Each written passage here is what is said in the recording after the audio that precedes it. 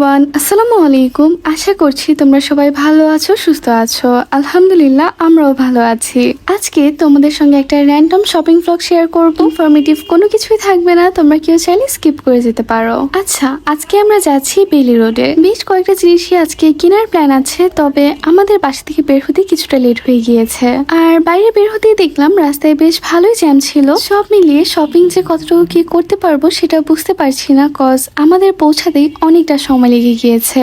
আজকে দেখলাম ট্রাফিক পুলিশরা নিজেদের ডিউটিতে ফিরে এসেছে। ওনারা সর্বোচ্চ চেষ্টা করছে সবকিছু প্রপারলি কন্ট্রোল করার, এন্ড পেইন্টিং এন্ড ক্লিনিং এর কাজগুলো স্টুডেন্টরা করছিল। আজকে অনেকদিন পরে আমাদের বেলি রোডে আসা হলো। এই এইচএসসি এক্সামের জন্য তো একটা পর্যায়ে গিয়ে বাসা থেকে বের হয়ে বন্ধ করে দিয়েছিলাম, আর এখন দেখো সেই এক্সামেরই কোনো খবর নেই। আগে যখন আমরা বাসাপতি ছিলাম তখন প্রায়ই আমাদের বেলি রোডে আসা হতো। এখন দেখা যায় শুধুমাত্র শপিং এর উদ্দেশ্যে এত দূরে আসা হয় না, বাট এইবার যেহেতু লং টাইমের জন্য খালামুনির বাসায় এসেছি এন্ড কিছু শপিং এরও দরকার ছিল, এই জন্যই কষ্ট করে সময় বের করে চলে এসেছি ক্যাপিটাল সিরাজ সেন্টারে। ফার্স্টে ভোগে ঢুকলাম, যদিও ভোগের ড্রেসগুলো আমার তেমন ভাবে পছন্দ হয় না, তবে ইতিয়াম্মি আর মামুনি বেশ পছন্দ করে এই ড্রেসগুলো। ওল্ড ডিজাইন গুলোই বারবার ঘুরে ফিরে দেখা হচ্ছিল, এন্ড নিউ কালেকশনের মধ্যে এখানে কিছু পিঙ্ক কালার ড্রেস এসেছে। তবে ড্রেসগুলো টিস্যু কাপড়ের হয়, এগুলো পরার জন্য কমফোর্টেবল হবে বলে আমাদের কাছে মনে হচ্ছিল না। যদিও অনেকেই টিস্যু কাপড় ড্রেস পরতে প্রেফার করে, বা তারপর ইতিয়াম্মি বেবি শপে চলে আসলো মাহাদি বাবুর জন্য কিছু ড্রেস দেখার জন্য। রেগুলার ওয়ারে কমফোর্টেবল তেমন কিছু পাচ্ছিল না,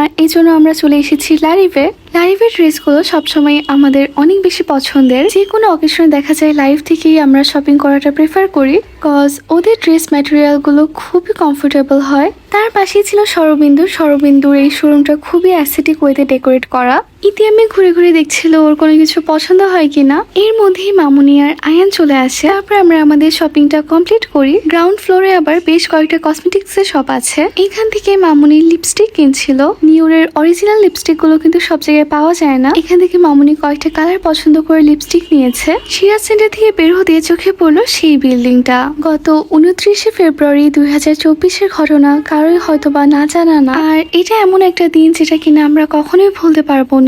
যদিও সেদিন আমরা বেলি রোডে ফিজিক্যালি প্রেজেন্ট ছিলাম না, বাট বেলি রোড হচ্ছে আমাদের সবার কাছে অন্যরকম একটা ইমোশনের জায়গা। আগে যখনই বেলি রোডে আসা হতো এই বিল্ডিংটা একদম চারপাশ আলোকিত করে রাখতো। এবার এতদিন পরে এসে বিল্ডিংটা দেখে খুবই খারাপ লাগছিল। বিল্ডিংটা দেখলাম এখনো কোনো সংস্কারের কাজ শুরু করা হয়নি, যেমনটা ছিল তেমন ভাবেই রেখে দেওয়া হয়েছে। এবার আমরা সিরাজ সেন্টার থেকে ইস্টার্ন প্লাসের উদ্দেশ্যে রওনা করেছি। তবে এইটুকু পথ যেতে কত যে সময় লেগেছে আমাদের, রাস্তায় এতটা জ্যাম ছিল। ইস্টার্ন প্লাসের গ্রাউন্ড ফ্লোরে এই যে খেলনার শপগুলো থাকে, ডলগুলো ডিসপ্লে করে রাখা হয়, এগুলো দেখে আমার কি যে ভালো লাগে।